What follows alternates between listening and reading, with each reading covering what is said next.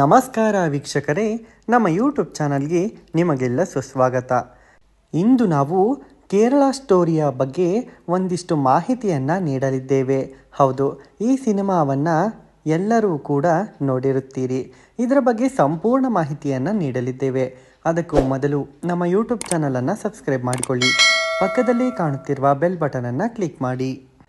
ವಿವೇಕ್ ಅಗ್ನಿಹೋತ್ರಿ ಅವರ the Kashmir files ಸಿನಿಮಾವು ಕಳೆದ ವರ್ಷ ಉಂಟು ಮಾಡಿದ ಸಂಚಲನ ಏನೆಂಬುದು ಎಲ್ಲರಿಗೂ ಗೊತ್ತಿದೆ.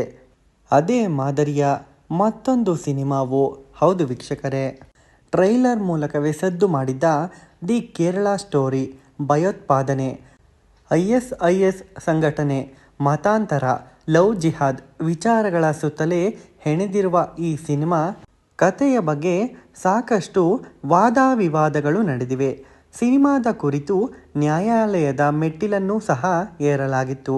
ವಿವಾದಕ್ಕೆ ಗುರಿಯಾಗಿದ್ದ ದಿ ಕೇರಳ ಸ್ಟೋರಿ ಸಿನಿಮಾದ 10 ದೃಶ್ಯಗಳಿಗೆ ಹಾಗೂ ಕೆಲವು ಸಂಭಾಷಣೆಗಳಿಗೆ ಕತ್ತರಿ ಹಾಕಲು ಸೆನ್ಸಾರ್ ಮಂಡಳಿ ಸೂಚಿಸಿತ್ತು. ಎ ಪ್ರಮಾಣ ಪತ್ರದೊಂದಿಗೆ ಈ ಸಿನಿಮಾ ಈಗ ತೆರೆಗೆ ಬಂದಿತ್ತು. ಹಾಗಾದರೆ ಸಿನಿಮಾದಲ್ಲಿ ಏನೆಲ್ಲ ಹೇಳಲಾಗಿದೆ? ಹೌದು ವೀಕ್ಷಕರೇ, ಕೇರಳದ 3 ಹೆಣ್ಣು ಮಕ್ಕಳ ಕತೆ ಇದಾಗಿದ್ದು, ಈ ಸಿನಿಮಾದಲ್ಲಿ ಕೇರಳದ 3 ಹೆಣ್ಣು ಮಕ್ಕಳ ಕಥೆಯನ್ನೇ ಹೇಳಲಾಗಿದೆ. ಅಂದಹಾಗೆ ಇದು ನಿಜವಾಗಿ ನಡೆದ ಕತೆ ಎಂದು ಚಿತ್ರತಂಡವು ಹೇಳಿಕೊಂಡಿದೆ.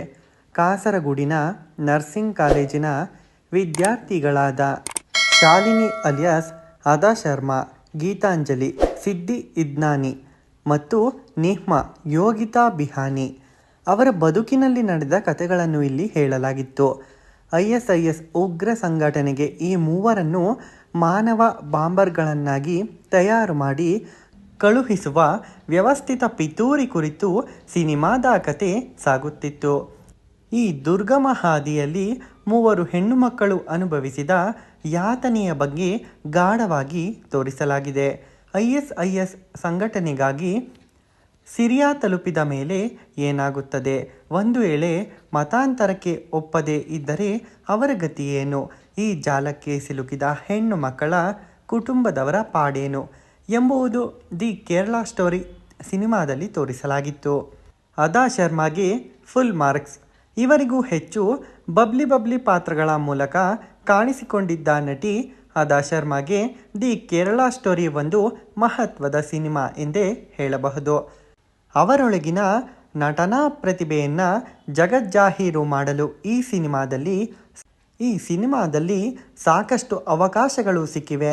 ಆರಂಭದಲ್ಲಿ ಮುಗ್ಧ ಹುಡುಗಿಯಾಗಿ, ನಂತರ ಭಾವನಾತ್ಮಕವಾಗಿ ಸೆಳೆಯುವ ಪಾತ್ರದಲ್ಲಿ ಅದಾ ಶರ್ಮಾ ನಟನೆ ಮೆಚ್ಚುಗೆಗೆ ಅರ್ಹ. ಹಾಗೆಯೇ ಗೀತಾಂಜಲಿ ಪಾತ್ರದಲ್ಲಿ ಸಿದ್ದಿ ಇದ್ನಾನಿ ಮತ್ತು ನಿಹ್ಮಾ ಪಾತ್ರದಲ್ಲಿ ಯೋಗಿತಾ ಬಿಹಾನಿ ಕೂಡ ಇಷ್ಟವಾಗುತ್ತಾರೆ. 3 ಹುಡುಗಿಯರನ್ನು ಒಂದು ಟ್ರಾಪ್ಗೆ ಸಿಲುಕಿಕೊಳ್ಳುವಂತೆ ಮಾಡುವ ಮಹಿಳಾ ಆಸಿಫಾ ಪಾತ್ರದಲ್ಲಿ ನಟಿ ಸೋನಿಯಾ ಚೆನ್ನಾಗಿ ನಟನೆಯನ್ನು ಮಾಡಿದ್ದಾರೆ. ಮುಸ್ಲಿಂ ಯುವಕರ ಪಾತ್ರಗಳಲ್ಲಿ ಕಾಣಿಸಿಕೊಂಡಿರುವ ಕಲಾವಿದರ ನಟನೆಯೂ ಸಹ ಉತ್ತಮವಾಗೇ ಇದೆ. ಇನ್ನು ನಿರ್ದೇಶನದ ಬಗ್ಗೆ ಹೇಗಿದೆ ಅಂತ ನೋಡುವುದಾದರೆ, ನಿರ್ದೇಶಕ ಸುದೀಪ್ತೋ ಸೇನ್ ಚರ್ಚಾರ್ಹವಾದ ಮತ್ತು ಗಂಭೀರವಾದ ಒಂದು ವಿಚಾರವನ್ನು ಅತ್ಯಂತ ಸೂಕ್ಷ್ಮವಾಗಿ ಹೇಳುವ ಪ್ರಯತ್ನವನ್ನು ಮಾಡಿದ್ದಾರೆ.